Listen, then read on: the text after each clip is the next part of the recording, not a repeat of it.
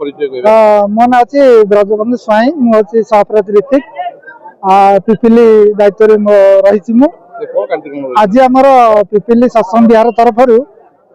परम प्रेममय श्री ठाकुर 138तम जन्म महामहोत्सव तथा आमर पिपिली जो सत्संग विहार तृतीय वार्षिक उत्सव सेटा आम पालन करछु। आज प्रातः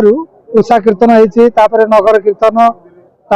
सत्संग बर्तमान कार्यक्रम शेष है यापर आमर 3टार मातृ सम्मेलन रही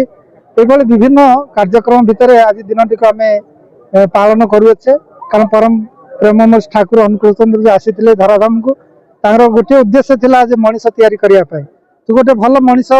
हवापाई सत्संग आवश्यकता रही सत्संग जो नीतिविधि ठाकुर देते परिपालन करने भितर मनीष आनंद पाए शांति पाए तो से आज ये समावेश होती केवल पिपिली जगार रहीचे विभिन्न अंचल विभिन्न एरिया सब भाई माने माँ मैंने सब एकत्रित होती कारण से ठाकुर को भल पाती आउ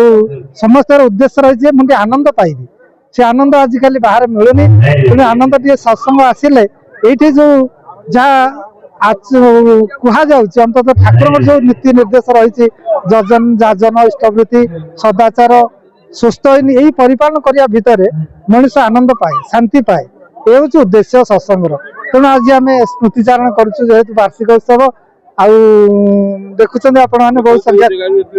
हाँ ये आप पुरी कणासुर बनमालपुर डोलांग जटन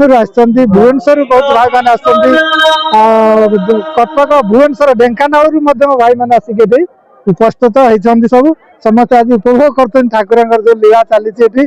सत्संग भितर भजन कीर्तन चलता सब बर्तमान आरंभ हम सब कीर्तन हम तो कीर्तन द्वारा मनुष्य मतवाला हो जाए भूली जाए तार जिते दुख जंत्रणा रही तेणु ये हूँ ठाकुर आम मान आशीर्वाद। जय गुरु।